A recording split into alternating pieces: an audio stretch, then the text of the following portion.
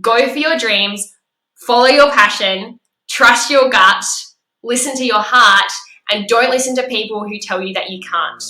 Welcome to the Horsemanship Breakthroughs podcast, a source for riding and training insights with the goal of helping your horse be a happy, light, and willing partner. I'm your host, Amalia Dempsey, a mainstream equestrian rider who discovered natural horsemanship, and now I help riders like you achieve connection and communication, so you can have more fun and fulfillment whilst prioritising partnership with your horse. Want to find out my horse training philosophy? Access the free Connection and Communication mini course at amaliadempsey.com. Now sit back, relax, enjoy the show, and hit the subscribe button so you don't miss any future episodes. Welcome back, everyone, to episode 4 of the Horsemanship Breakthroughs podcast. And in this episode, one of my students, Emma, is actually going to be interviewing me.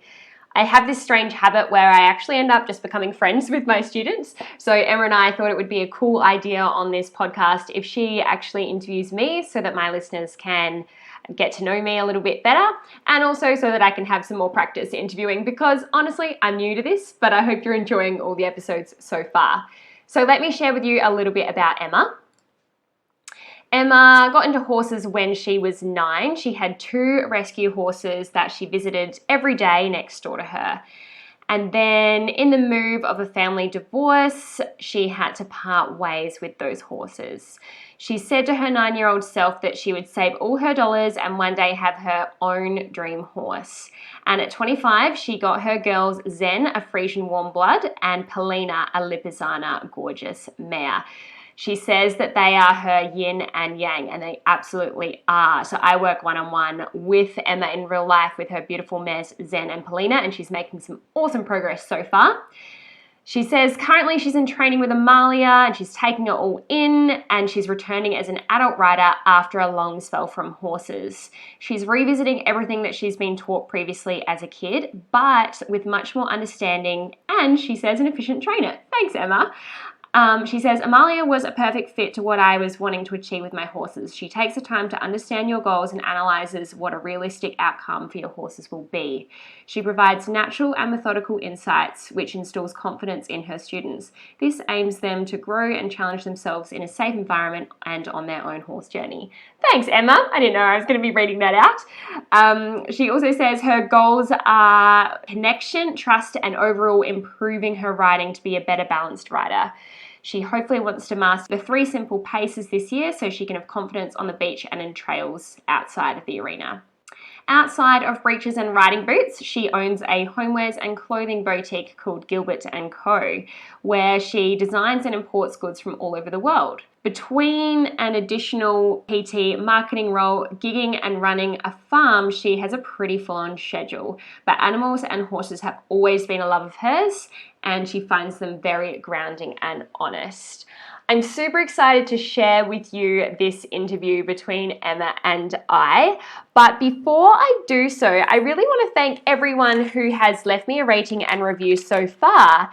And as a way of saying thank you, I'm offering anyone who leaves me a written review on Apple Podcasts, or to anyone who screenshots this podcast and shares it on their Instagram story, a free checklist of 10 things you can do to improve your relationship with your horse.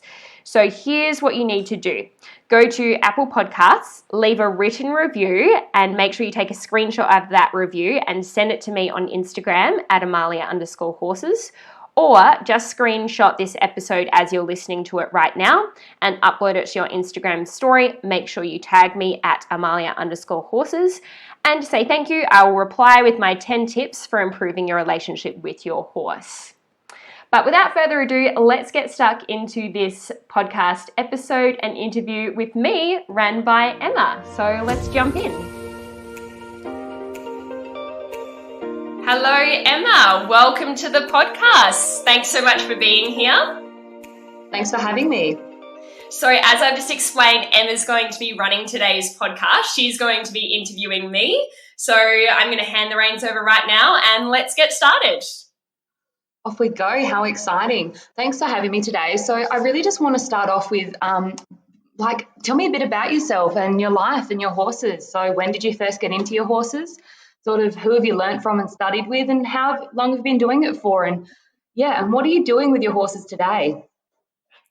So for as long as I can remember, I have been obsessed with horses. I didn't come from a horsey family, so I had to beg my parents for horse riding lessons, and luckily they were happy to support me in that, especially my mum, because she always wanted to ride horses herself, so she was very happy to give me that opportunity. So I rode in riding schools for a little while, and then when I went to school, I met a girl who had her own horse, and naturally I was just thinking, yep, I want to be best friends with this girl. And that pretty much kick-started off everything, because I ended up leasing one of her horses and eventually buying her. That was my first horse, Zippy.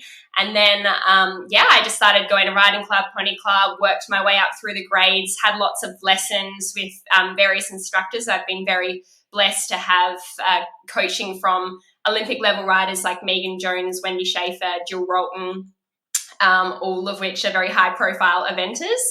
And so I just kept competing. I've always loved being involved in that, particularly in eventing. And then later down the track, I got my two beautiful fillies that I still call them fillies, but they're mares now.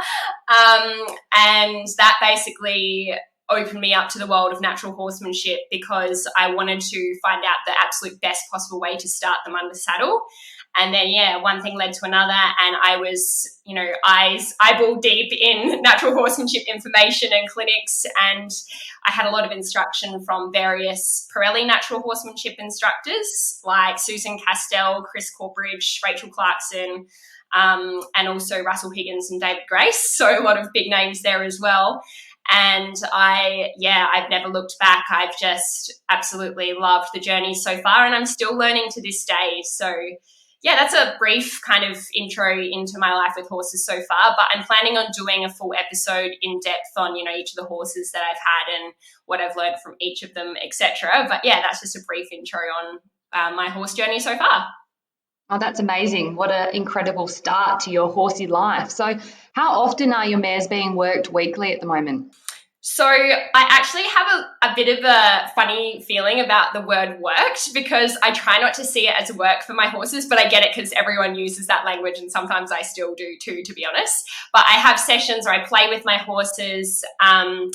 It really depends on what horse is the focus. So I will usually have one horse that's my main focus. So she'll have a session or be played with roughly 4 or 5 times a week.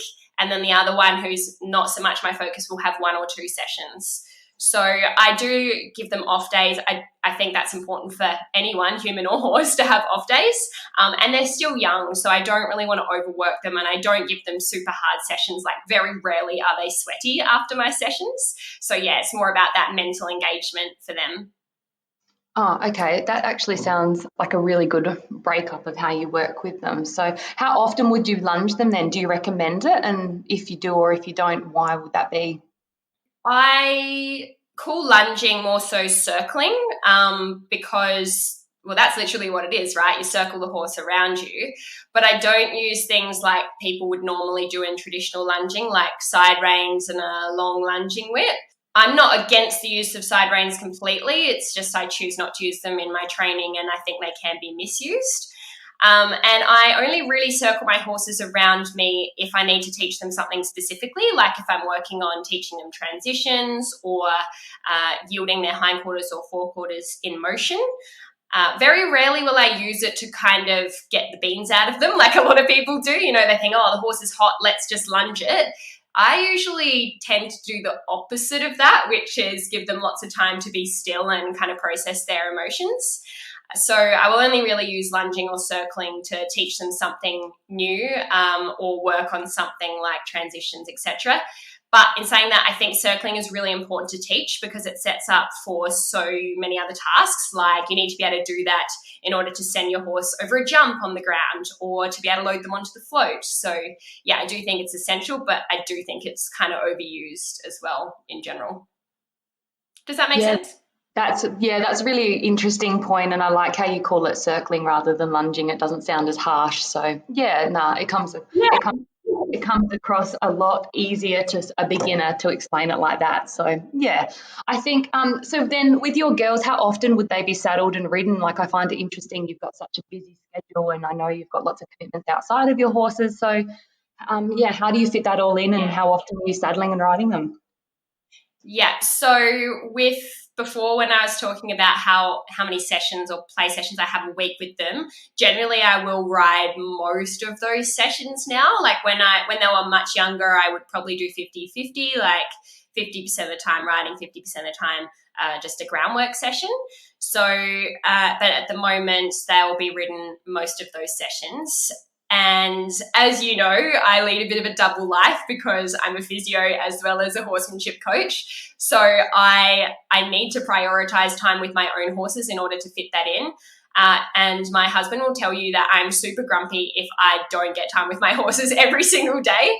So I just make that a priority. I'm an early bird. I get up really early. I like to ride my horses first thing in the morning because that's what sets me up for a really good day. I feel most happiest when I can do that first thing.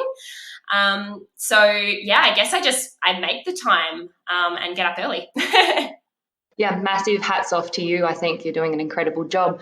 But I guess after that training session, I know you said you don't necessarily always get your girls up to a sweat. How do you let your horses get cooled down after an exercise? Like I've seen on your Instagram, you let them lay down with you and it's such a beautiful moment. Is that normally what you do to cool the girls down after an exercise?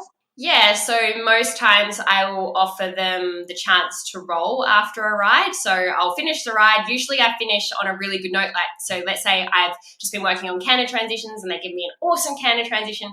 I will just leap off because I really want to mark that behavior like, yep, perfect job, game over, day's finished. And so they really feel like, oh, like that's what she wanted, rather than staying on and walking them for another 10 minutes. So I hop off, take their saddle off. They have a quick bite of Lucin, I call it their protein shake. And then, I take them back to the arena, let them roll, let them stay down if they want to. And sometimes, especially Harriet, she might stay down for a good 15 or 20 minutes and have a nap. And then because the horses paddock's like quite a distance from the arena, there's a bit of a long walk back there, so that's a part of their cool down as well. But I think it's really important to spend just as much time just being with your horse rather than always asking them to do things. So it's kind of a physical and a mental cool down by lying down after riding. I think that's so special and I'd love to be able to get there with my girls too. I'm gonna get to that spot where I can lay down and roll next to them. I think that's really lovely to watch. I will get there one day. So me being a student, I really enjoy this question is how do you keep your students engaged in a lesson? So how do you push on and really keep that enthusiasm in? You tell me. Because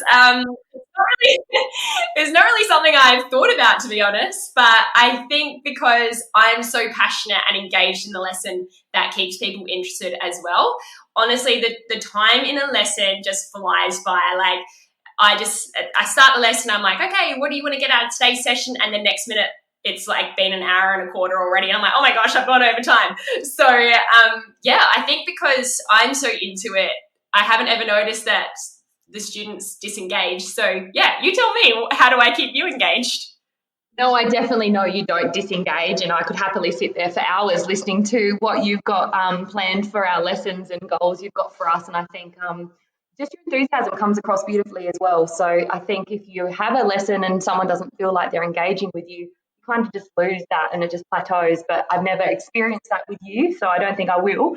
But because you come to a lesson with such a vision and a plan for your students, so that's one I really would love to know a bit more about. Is you are always goal setting and manifesting elements of what you can achieve and what you think your students can achieve. So do you always have a plan and a vision for your students?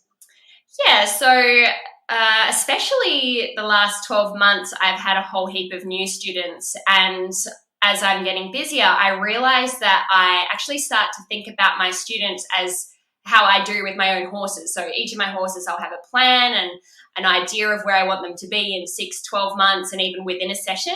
And I realized I was actually doing that kind of subconsciously for my own human students. So I sort of think, okay, where do I want this person to be in a year? I take into consideration their goals as well, of course. but I have a bit of a plan in my head as to where I'd like them to be also. And I think that's probably a part of what keeps them engaged, because perhaps, I don't know, you tell me, you can feel that there's that kind of unspoken plan around your progress. What do you think? Yeah. Yeah, I agree. And I think your teaching style in that aspect is very collaborative. So you come with a goal in mind, but you're always open and transparent with what I guess the student and the horses can achieve too. So yeah, I really appreciate that in your teaching style.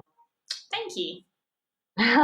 So I guess back to you, how would you describe your teaching style? I know you've done a lot of different natural horsemanship courses, and you've had so many different elements of professional trainers, and you've kind of molded it into your own teaching style. Do you sort of have a style? Do you put yourself in a box, or how do you think your teaching style comes across, or how would you describe it?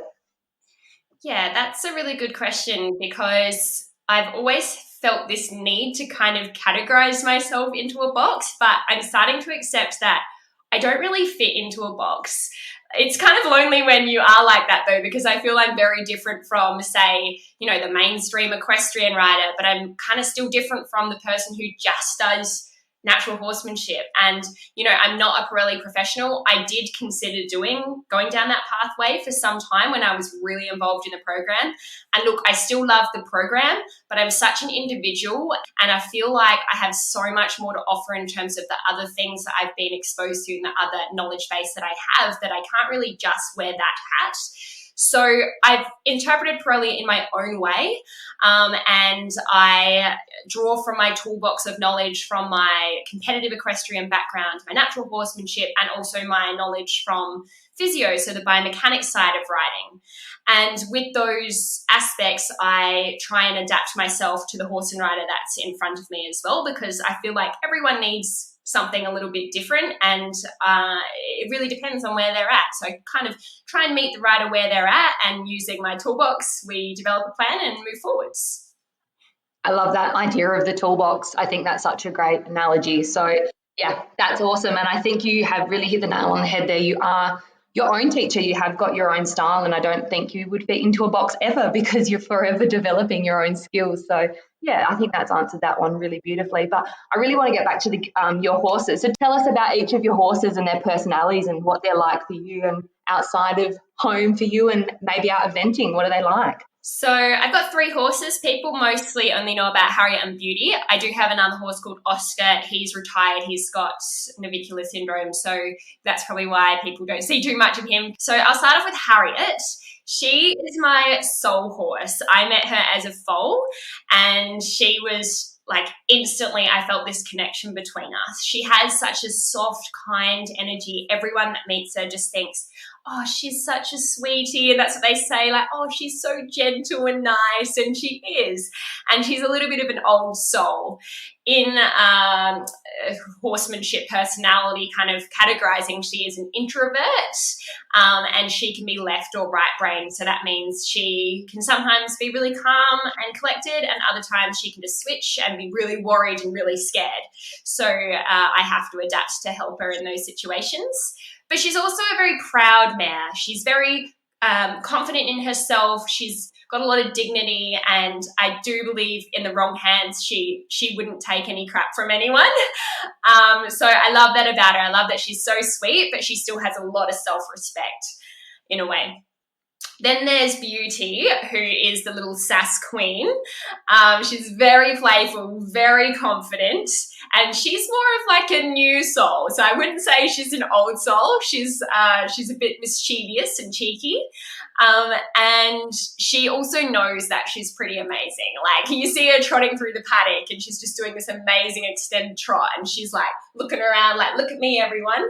And she's also a very hormonal mare, I would say. So she's, as soon as there's a gelding, like, doesn't have to be a stallion, as soon as there's a gelding around, she knows about it, and she'll be squirting and all sorts of things. So yeah, she's very much a merry mare, that one. And then there's Oscar. So he's a bit harder to read, because I feel that he's had a hard start to life, perhaps from his days as a racehorse. He's very reactive. He's lightning quick when he wants to spook and run. Um, but in saying that, he's also a very quick learner. And once you get his trust, he's very happy to kind of be obliging and follow you. And I actually feel like in the last 12 months, we've probably bonded a whole lot more than previously. And I think that's simply because he's been in with the other mares since my first pony, Zippy, passed away. So he's been in with the girls, and he's a lot more of me now, and we interact a lot more. And yeah, I feel that we're starting to get a better connection. So yeah, that's a bit about my 3 horses. Oh, I love that. You've got a little profile for each of them, and you sound like you know them inside out, which is really special. I think you know what makes them tick and what not to do. And it's just, yeah, really special, I think, listening to someone that knows their horses in that depth. So good on you. And I want to actually get back to you. So I want you to tell all of us something interesting about yourself that most people don't know. So have a think. What else exciting have you got you can share with us? There's lots of things that people don't know about me. But people are always surprised when I go out and give horsemanship coaching lessons. And they're like, oh, so off to some lessons now? And I'm like, oh, no, I'm off to the clinic now. And they're like, what? So a lot of people don't know that I'm actually a physio as well. So, yeah, a lot of people were surprised when they hear that. And also, I don't like cooking. Most people that are close to me know that, but I would much rather be doing something with the horses, to be honest, and not creating dishes for myself. So I really dislike cooking. All right, so I know for next time, always bring takeaway to Amalia's. Don't ever ask her to cook for you. Excellent. I've got that one down pat. Very good. I was going to say, the non-horsey husband is very good at cooking, so if you do want to come over for dinner, he'll cook for us. Right. Lock it in, non-horsey husbands. I'll have to bring my non-horsey partner, I think, and make it happen. Have a bit of a cook-off. So other than horses, I know you've got so many different hats. So what else are you interested in aside from horses? Well, horses are the primary focus, but I'm also really into self-development, which is kind of closely linked into horses as well, because the better you can be for your horses, and the better your horses will go. So I love listening to self-development books and audiobooks, podcasts, etc. Obviously, I'm also interested in physio, given that that's my career, and learning about human anatomy and biomechanics. I'm also really interested or have an on and off kind of relationship with yoga. Over the years, I've done stints of it, doing hot yoga or just regular, vinyasa flow that's not in heat. So I've done a bit of that as well. I also really like art, although I don't really have much time to pursue that these days. But when I was a lot younger, I was really into drawing and painting, and especially horses, of course. And I also am a little bit into fashion as well. I used to be a model and worked at Australian fashion labels whilst I was studying. So I have an interest in that too, although I feel like I can't dress myself very well, but that's another story. You always look gorgeous and glamorous, no matter whether it's in your horse gear or casual gear. So I don't think you need to worry about that whatsoever. But I guess with a bit of your self-care and self-love, I'm jumping forward a bit here, but do you have a quote or a mantra you like to live by while we're in that headset? I love quotes, and there's so many to choose from. And this question always kind of stumps me because I'm like, how can you choose just one?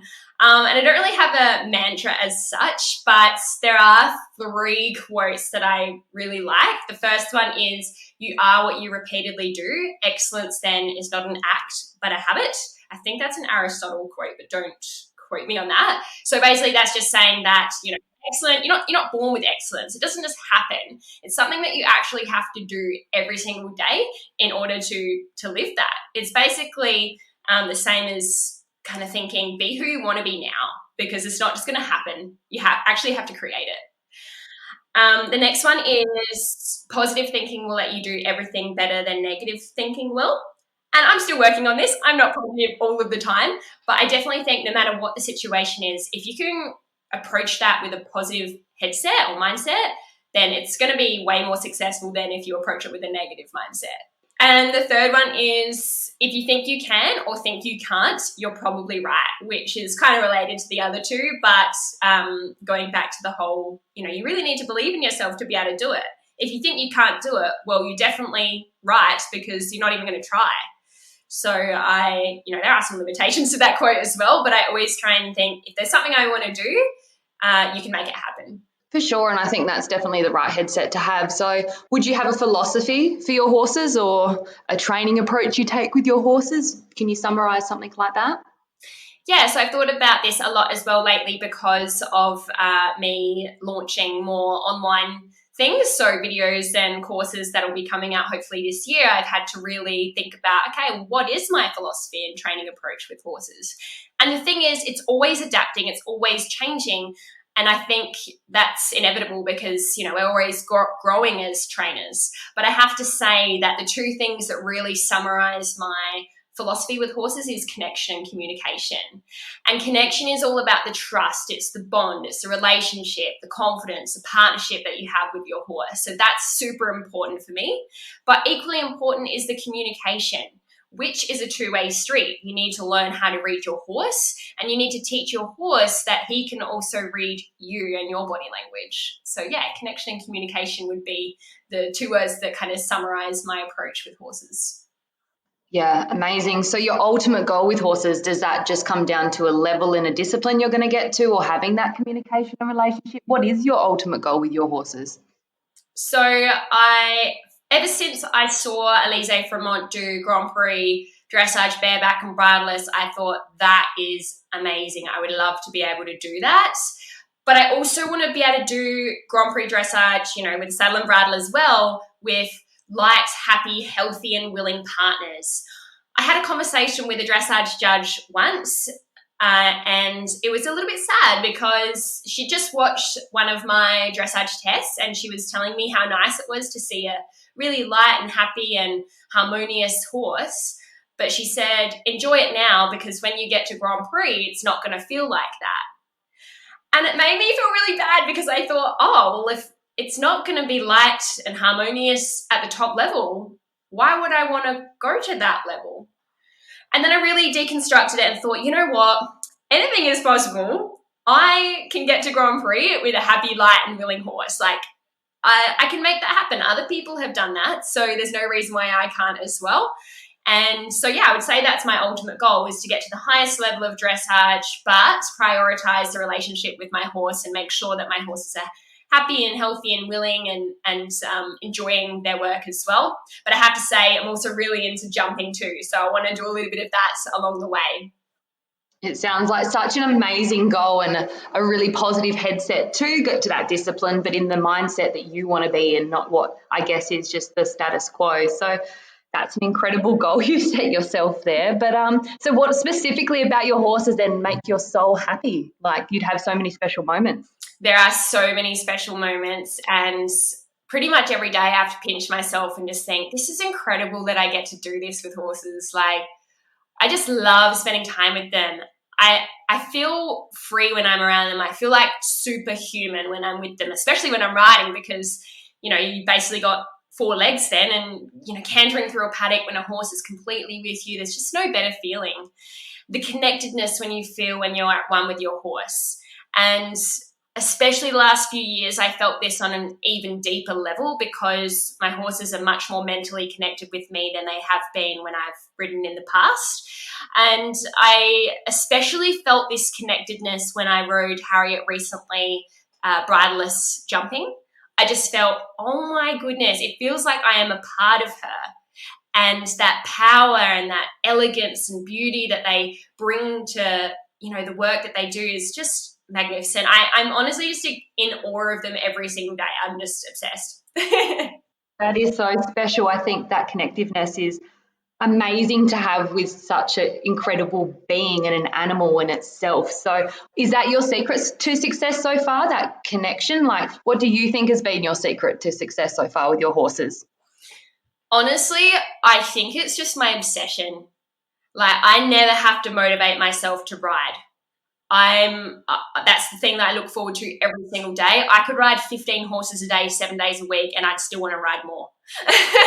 And, not just riding, spending time with them as well. Like, I've never had to be pushed to ride. Even as a kid, I'd get up at 5:30 in the morning and ride before school in the dark. So and then I'd get home and ride again after work, after school. So yeah, I think this natural obsession and drive is probably my secret. I'd say, although it's probably not a secret because people see how much that I do, so it's not really a secret. But yeah, I've always been this way, and I have to say as well, it's probably my growth mindset. The fact that I think everything can be learnt. Yeah, sure, people can be born into a horsey family and have some natural skills around horses and riding, but that stuff can be learnt as well. So I'm always seeking to be better. That's incredible. So is there a specific horse that has changed the way you train? Like, tell us about that horse. Have you come across one?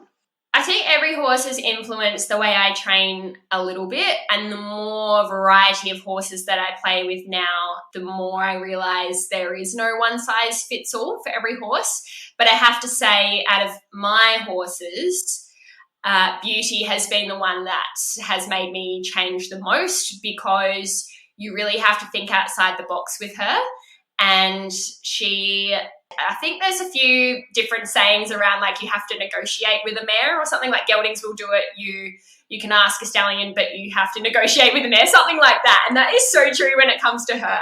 And it's made me really realise that, not that I would like to force horses anyway, but you really can't force a horse to do anything. Like, especially if you want to keep the relationship, you really have to think outside the box and set your horse up to cause whatever you want to do to be a fun and enjoyable thing for that horse. It's also made me realise that variety is extremely important for young horses, and any horse really, because if Beauty was in the arena 7 days a week being ridden in circles, she would shut down and she would not be a happy horse. So I give her as much variety and keep everything as playful as possible. That's a good point as well. I guess that constant robotic feel of just going around and around in circle, that's not enjoyable for anyone. Not a student, not a teacher, not an animal, not a horse. That is so boring and mundane, and no one's going to enjoy that. So I think that's a really big point to pick up there, is you've got to have that connection and that relationship. So for you, do you have a biggest failure? Like, everything always looks so beautiful online, which I guess is one of these things as well, which people will struggle with. But do you have a big failure? What did you learn from it? And how did that failure actually set you up for success later on? So I think I have lots of little failures pretty much every week. Like, that's what, define a failure really. Like, I just think everyone has roadblocks which could be interpreted as failures, but they're not really failures if you're learning from them. But I have to say, there was a time where I was finishing my physio studies, and I actually was thinking, am I even going to be able to do horses? Like, it's such a massive financial and time commitment. I was a little bit burnt out. I was just competing every weekend, and I was a little bit over it, to be honest. And I actually made the decision to sell my really, really good horse at the time. His name was Sherby, and he was a beautiful warm blood. And just before I sold him, I easily sold him. He was a very good horse. Just before, I think it was just after I sold him actually, and he was booked to go on a truck to Victoria, I got a letter saying that I was selected for the national future. I think it was called the Future Development Squad at that time. So that was pretty amazing. But even after that letter, I went, nah, I don't want to do this anymore.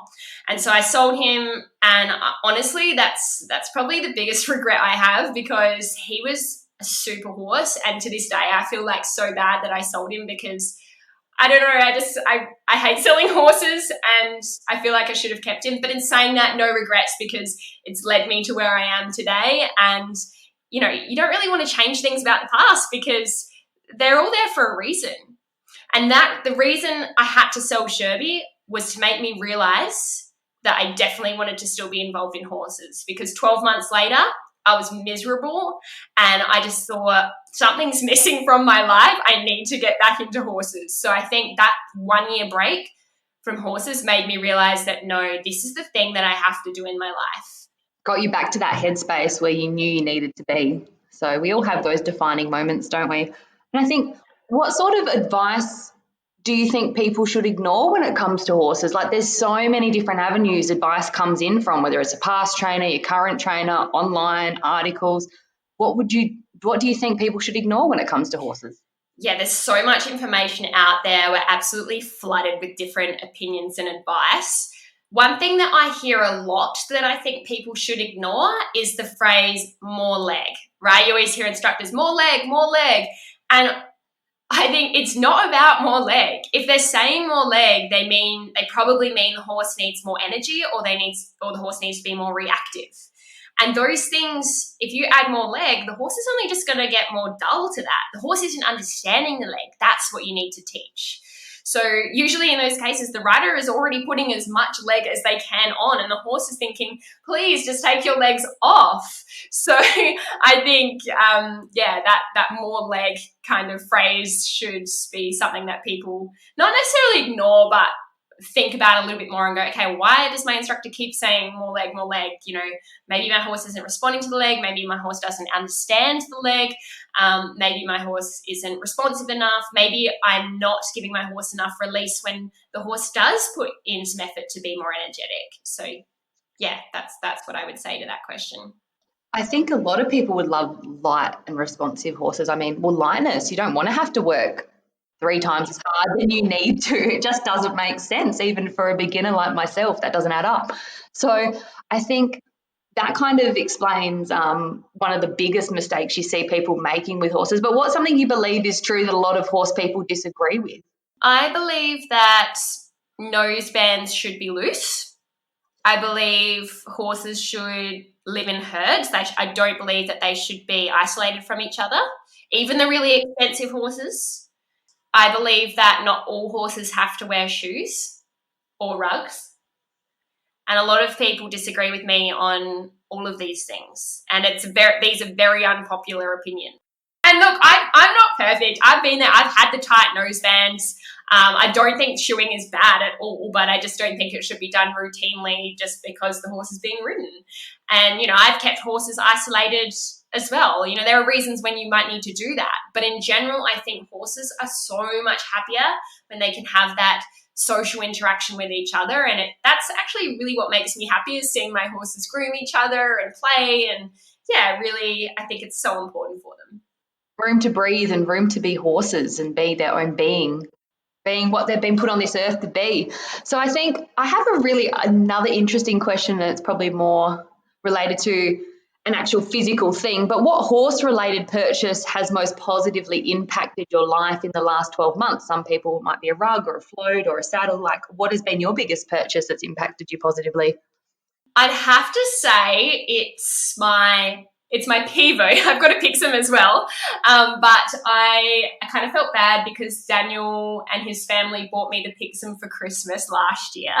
And then I found out about the Pivo and bought one of those as well. And I use that way more than the Pixum simply because it's way easier to set up. So the Pivo, both of these things are robots that you attach your phone to that track you when you ride, so you can record yourself very easily using your phone, and it will follow you no matter where you go. So I'm actually going to do a podcast episode explaining the pros and cons for the Pivo and the Pixum, so I'll leave those details for that episode, but I'd have to say that the Pivo is probably the best purchase I've had in the last 12 months. An amazing training tool, I think, for people that are at that next level. They can look back and fine-tune their own efforts there. So how incredible is that we've got to that stage where we can have a robot follow us around. So amazing. If you could have dinner with any 3 horse people, dead or alive, who would it be and why? This is such a hard one because I feel like I don't know all the amazing horse people in the world, right? Because some of them aren't on social media, so we don't know about them. No. Which is a shame, really, because they should be out there promoting themselves. But anyway, the 3 people that I think are actually all alive. They're 3 of my favourite riders and trainers in the world. The first one is Anya Beran. I believe that she is the best classical dressage rider in the world. Her riding is just, I can't fault it. She's just incredible. She's very quiet and all her horses are light, and she makes it look effortless, right? She doesn't put them more leg on. And then Ingrid Klimke. She's a super famous, well-known eventer and dressage rider, and she's very well decorated in medals from the Olympics and things like that. And she I just think it's fantastic that she is the top of her game in 2 different disciplines. And she also has a really positive attitude towards her horses as well, which I love. And then the third would have to be Karen Rolfe, because she sort of was a traditional dressage rider, then got into the Pirelli program, and then kind of made her own thing as well.